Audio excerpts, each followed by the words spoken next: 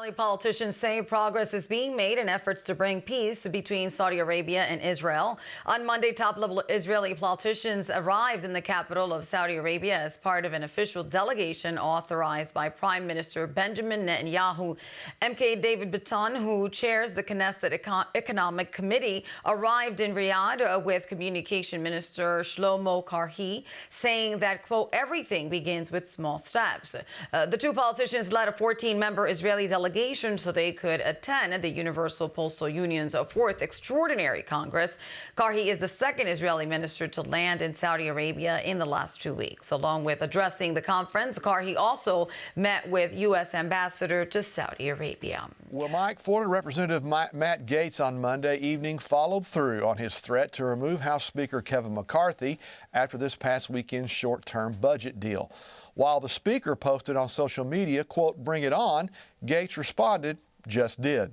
I rise to give notice of my intent to raise a question of the privileges of the House.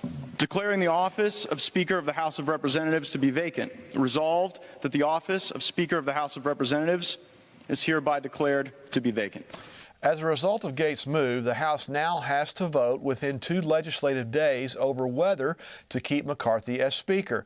Now some are asking if this will throw the House into chaos. You know what I think throws this institution into chaos? Marching us toward the dollar not being the global reserve currency anymore. You talk about chaos as if it's me forcing a few votes and filing a few motions. Real chaos is when the American people have to go through the austerity that is coming if we continue to have $2 trillion annual deficits.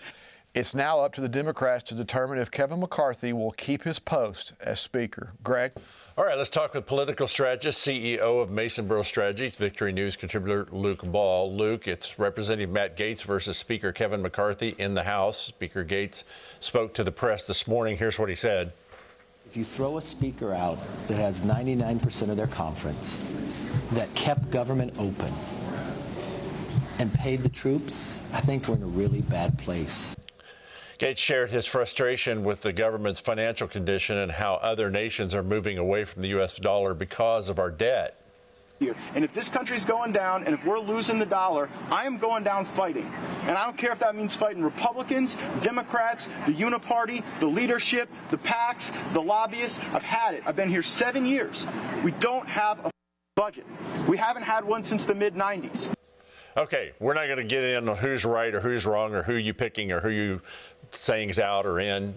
What about just government spending? Let's talk about the debt, that point. There is a genuine frustration among Republicans, some more Freedom Caucus aligned and some more establishment aligned, that when we get into power in Washington, D.C., we just don't do anything. We make a lot of promises back home about cutting spending. We say that we're going to go up and balance the budget. And then once we get into power, we can't do the basic necessities outlined in the Constitution about what the United States Congress is supposed to do. Matt is right that we haven't had a balanced budget for years, for decades. The fact of the matter is that the way that Washington, D.C. works is run on lobbyists and special interests, and he firmly believes that he is calling that out by moving forward with the motion to vacate. And historically, Republicans have fumbled the ball when it comes to getting the power. When they get into power, they don't do what they said they were going to do. They don't move forward across the finish line. They just make a bunch of empty promises. So it is my hope that regardless of what happens with the speaker battle, Republicans start doing things differently and actually start leading for a change. Well, to my contention, it's a spiritual principle, no unity. They don't unify. Yeah. All right, gangs of illegals. It's been noticed that the majority of those entering recently in our country are single-age, military-age men. Donald Trump removed foreign gang members such as MS-13 when he was president. Is that undone now? Could we even find millions to deport?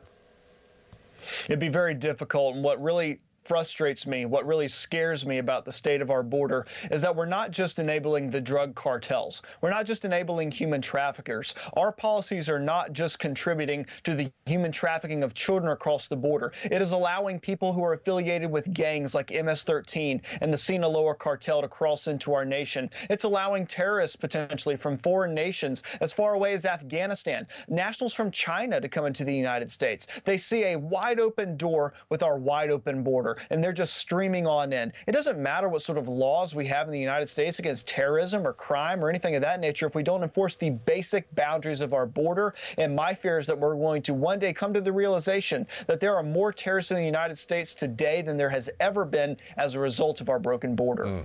All right, Marjorie Taylor Greene took a few minutes to explain how to exit doors in Washington, D.C. Now, you worked in the Congress, and the havoc that Representative Jamal Bowman caused by pulling the fire alarm this weekend. Here it is. This building was evacuated for over an hour, and Congress had to hold the vote open. That's usually only 15 minutes on the first vote. They held it open for over an hour as well. There's some serious problems for Jamal Bowman, and he needs to be prosecuted. All right, is Marjorie Taylor Greene right on this or overreacting?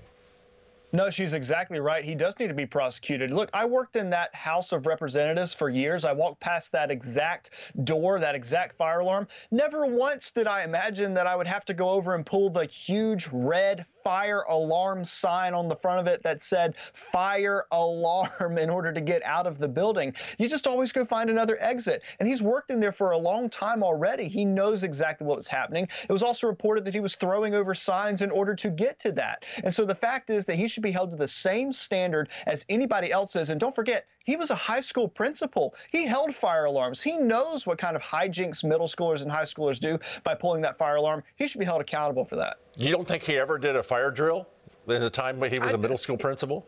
He had dozens of fire drills. He went over the safety procedures. Absolutely. And it is entirely ridiculous that he would make this excuse. And it is laughable at the way that his office's comm shop has tried to clean it up. Fireman Luke Ball, thank you so much. Back to you in just a moment. Mike?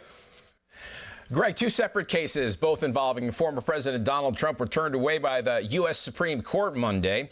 Right-in Republican presidential candidate John Anthony Castro sued Trump earlier this year, attempting to keep the former president off the ballot in 2024 due to his alleged role in the January 6th Capitol riot. Castro is invoking the 14th Amendment, which bans politicians from holding some public offices after having taken an oath to uphold the U.S. Constitution and then having engaged in insurrection or rebellion. The Supreme Court denied the case without comment. Another case shot down by the Supreme Court Monday was an appeal from John Eastman, a lawyer indicted in August in Fulton County, Georgia, along with Donald Trump and others over efforts to overturn the 2020 election results. There were 10 emails Eastman had allegedly kept from congressional investigators. Democrats in the House issued a subpoena seeking the emails in their investigation into the January 6, 2021 Capitol riot. Monday, the Supreme Court declined to hear Eastman's appeal to undo a ruling that allowed the House January 6 Select Committee to access emails he said were shielded by attorney-client privilege.